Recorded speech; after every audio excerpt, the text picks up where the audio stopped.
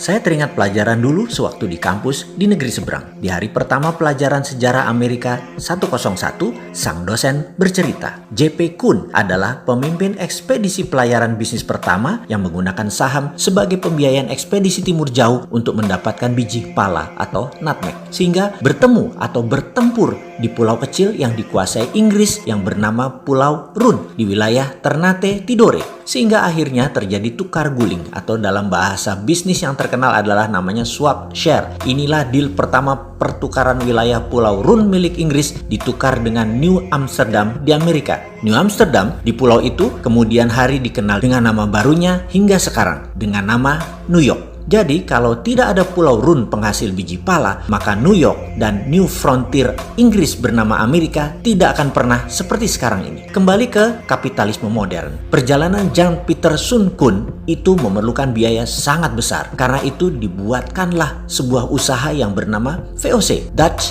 East Indies Company, milik berbagai pengusaha Eropa berbasis di Belanda. Mengapa multi-owners? Karena semakin banyak yang store saham, semakin kecil risiko yang ditanggung dalam perjalanan yang berbiaya sangat besar tersebut. Inilah asal muasal awal kapitalisme modern, yaitu modal bersama urun dana di bursa keuangan. Maaf, ini juga yang jadi alasan Santara lahir, berdasar dua pengalaman sejarah, Colleganza Venezia dan VOC-nya Belanda. VOC adalah perusahaan pertama di dunia yang menjual stok atau sahamnya agar bisa dimiliki banyak pemodal secara masif. Karena itu, mereka terdiri dari pemilik 17 pemegang saham besar. Beda dengan Colleganza, pemegangnya orang kecil. Oke, nanti kita jelaskan lengkap di chapter khusus untuk Colleganza Venezia ini. VOC juga perusahaan pertama di dunia yang sahamnya dimiliki oleh multi-international owners. Ditambah dengan 21 tahun pemberian hak kelola spice, rempah, menjadikan VOC adalah perusahaan mega korporasi pertama di dunia. Hak yang utamanya adalah mengeksploitasi rempah Nusantara. VOC menjadi model pertama di dunia atas mega korporasi yang merubah dunia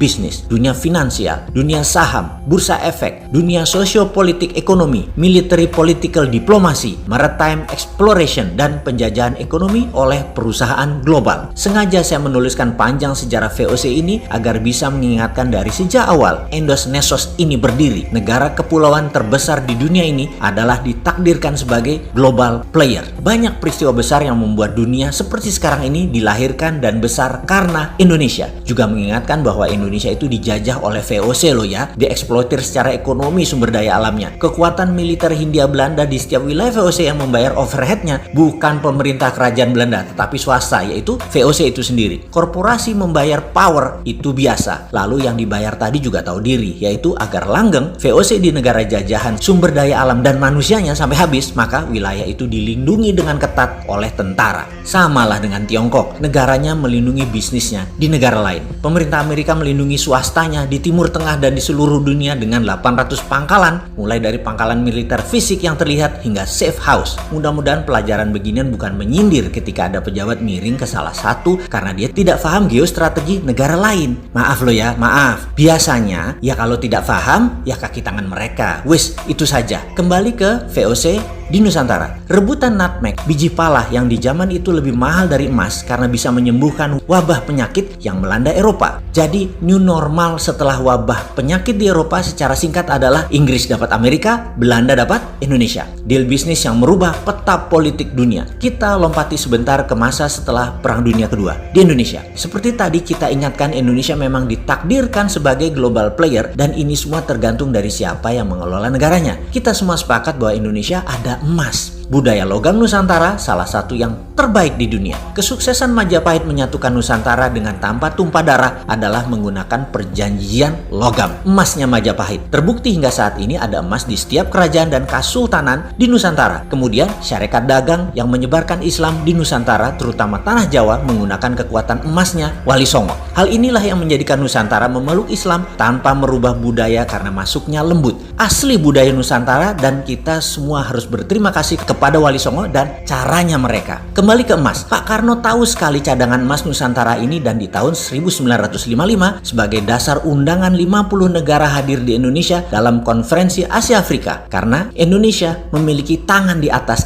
kekuatan emas tersebut. Cina, India, Pakistan, Mesir, Korea Utara, Kuba, semua tokoh revolusioner semua mengharap dukungan Indonesia. Bayangkan ada Nehru, Gamal Abdul Nasser, Zulfikar Ali Bhutto, Mao Zedong, dan legendaris dunia lainnya hadir di Bandung, kota kecil di negara yang baru 10 tahun merdeka. Karena apa? Itulah obor ala Indonesia, itulah IMF ala Indonesia. Presiden Soekarno tahu kekuatan sumber daya alam nasional. Kalau dijadikan jaminan untuk printing money, maka rupiah bisa lebih kuat dari dolar. Tapi sayang 1000 kali sayang, Pak Karno pemikir tunggal. Di bawahnya tidak siap karena cakar-cakaran kekuatan politik bermanuver, sehingga lupa mengelola tanah air tercinta dan membangun kekuatan pertahanan, terutama intelijen. Sungguh, membangun kekuatan politik dunia tanpa membangun kekuatan shadow, kita menjadi rapuh. Ketika CIA bergerak, kita tidak antisipasi. Langkah Soekarno adalah ancaman terhadap dolar. Dan terbukti 10 tahun kemudian CIA berhasil melakukan operasi clandestine menggulingkan Soekarno. Pak Karno menjadi sejarah. Kembali kita ulangi sekali lagi. Sepakat ya, Indonesia ini ditakdirkan memang untuk jadi global player. Kedepan kita harus perbaiki strategi bernegara dalam geostrategi antar negaranya. Inilah kekuatan yang harusnya saat ini diambil alih oleh pemerintah di saat gajah Cina Amerika bersih tegang. Sekarang dunia bergeser lagi peta politik dunia dengan adanya Thucydides trap antara Cina dan Amerika. Bener deh, kita tidak boleh terjebak obor Cina dan strategi keuangan ala IMF-nya Amerika. Kita harus bermain cantik di antara dua kekuatan. Sekedar mengingat,